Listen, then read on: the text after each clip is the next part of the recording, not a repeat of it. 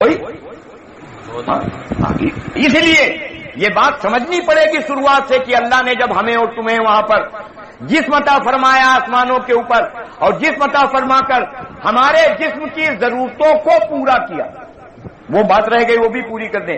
ان صحابی نے کہا یا رسول اللہ دعا کر دیجئے، جو جماعت میں جانا چاہ رہے تھے وہ چلے گئے، اور جب 4-6 مہینے کے بعد اللہ نے اس جماعت کو جب واپس بھیجا تو اللہ کے نبی علیہ الصلوۃ والسلام نے ان صحابی کو آگے بلا کے کارگزاری پوچھی کہ یہ کارگزاری سناؤ سفر کی، تو انہوں نے کہا یا رسول اللہ اس پورے سفر میں اللہ نے ہمارے جسم کے اندر بھوک نہیں بھیجی۔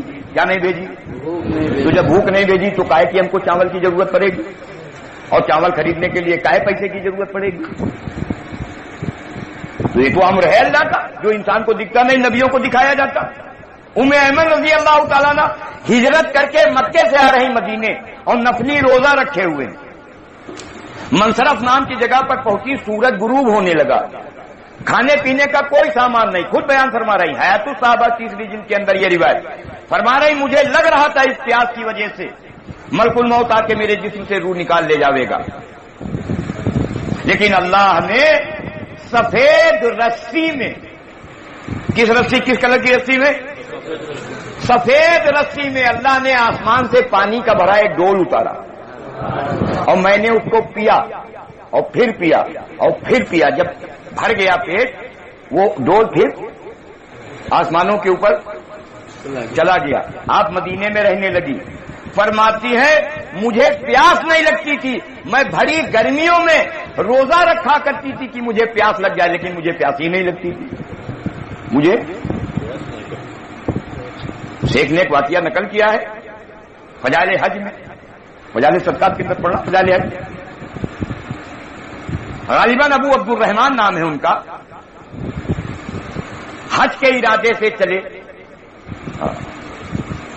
بڑی ریاضت اور بڑا مجاہدہ اپنے اوپر کیا تھا، اللہ سے تعلق جوڑا تھا،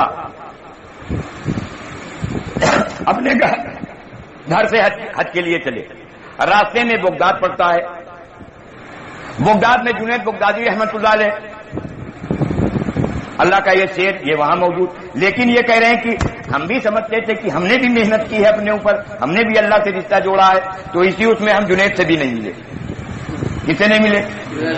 ہاں کہ ابول ہے تو ٹھیک ہے، ہم بھی ہیں کچھ،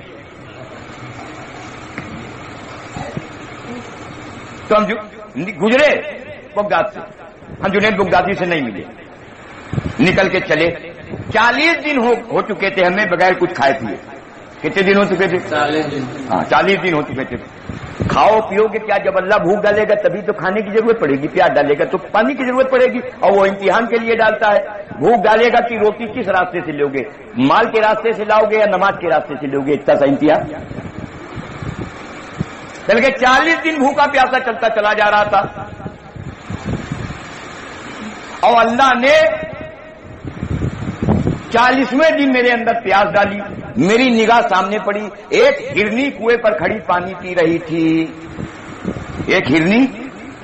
ارے پڑھا یہ واقعہ نہیں پڑھا ہے فجاعت کا، کس نے پڑھا؟ آپ بتاؤ کس نے پڑھا؟ سب نے پڑھا؟ کرے وہ ہرنی وہ کنویں پہ پانی پی رہی تھی، اور اللہ نے ہمیں ہمارا امتحان لے لیا، پیاس ڈال دی۔ میں بھی کنویں کی طرف گیا، میں کنویں کی طرف گیا تو ہرنی پیچھے ہونے لگی، تو میں جب کنویں کے قریب پہنچ گیا تو دیکھا جب ہرن پانی پی رہی تو پانی کنویں کے اوپر تھا، اور جب میں پہنچا تو پانی کہاں چلا گیا؟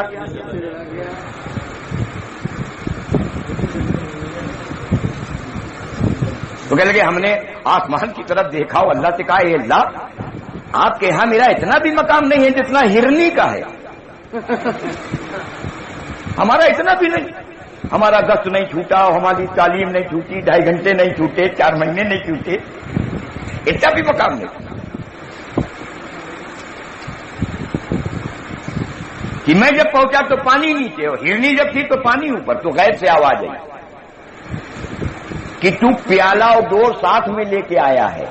کیا لے کے آیا ہے؟ پیالہ اور ڈور، اور ہرنی بغیر؟ ارے یہی تو لکھا ہے،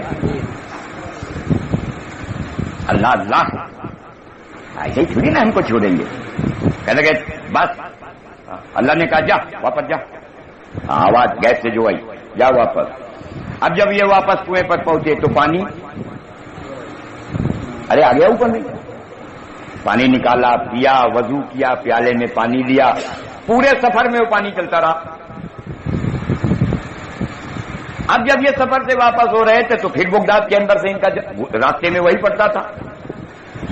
اب جب یہ بغداد پہنچے اور بغداد کی جامع مسجد پہنچے تو وہاں مل گئے جنید بغدادی رحمت اللہ علیہ۔ کون مل گیا؟ اور جنید بغدادی رحمت اللہ علیہ نے نام لے کے ان سے کہا کہ اے فلانے، اگر تو اس دن اللہ سے شکوہ نہ کرتا تو اللہ تیرے پیروں کے نیچے سے چشمہ پھوڑ کے پانی نکالتا۔ ارے یہی تو لکھا ہے۔ جنید بغدادی کو کیسے پتا ہو گیا؟ کیسے پتا ہوا؟ اللہ ہمیں تمہیں بھی ایمان کی یہ فراست عطا فرماوے۔ اصل یہ ہے وہ نور چاہیے، کیا چاہیے؟ لیکن نور لانے کی طلب تب پیدا ہوگی، نور لانے کی فکر تب پیدا ہوگی جب اپنی ذات پر وہ باتیں جو اللہ بتا رہے ہیں جب اپنے اوپر پیش کریں گے اور اس کو اپنے اوپر رکھ کے جب ہم اپنے آپ کو چلاویں گے، تب وہ نور اللہ خدا ہمیں دیں گے۔ یہ تو امتحان کے لیے ہمارے تمہارے پاس لوگ کہہ دیتے ہیں کہ یہ دنیا دارالاسباب ہے۔ کیا کہتے ہیں؟ یہ تو کوئی چیز، یہ دنیا دارالاسباب نہیں ہے، یہ دنیا دارالعمل ہے۔ اگر دارالاسباب ہوتی دنیا تو ان فرشتوں کا کوئی مطلب ہی نہیں تھا۔ ارے کوئی مطلب تھا؟ فیصلے کاہے پہ آتے ہیں؟ اس پہ آتے ہیں کہ ہماری دکان میں سامان کتنا رکھا ہوا ہے، ہمارا کتنا کھیت ہے، اس میں کتنا فصل پیدا ہوا، اللہ کیا فیصلے اس پہ آتے ہیں؟ ہمارے گھر میں سونا کتنا، اس پہ فیصلے آتے ہیں؟ یا یہ جو عمل لے جاتے ہیں اس پر فیصلے آتے ہیں؟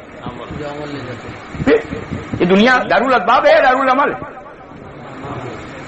دارالعمل ہی تو ہے۔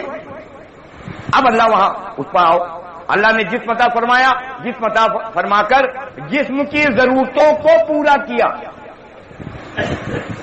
ہمارے تمہارے سامنے جسم کا جو ضرورت ہے، ایمان نہ سیکھنے کی وجہ سے ہم جسم کا ضرورت سمجھتا ہے چاول کو اور گوشت کو اور روٹی کو اور کپڑا کو، اسی کے چکر میں سب بھاگا جا رہا صبح سے لے کے شام تک، اور اسی میں سے اگر اس کا وقت بچ رہا تو یہ 2.5 گھنٹے دیے دے رہا، اور باقی سارا کہاں لگا رہا؟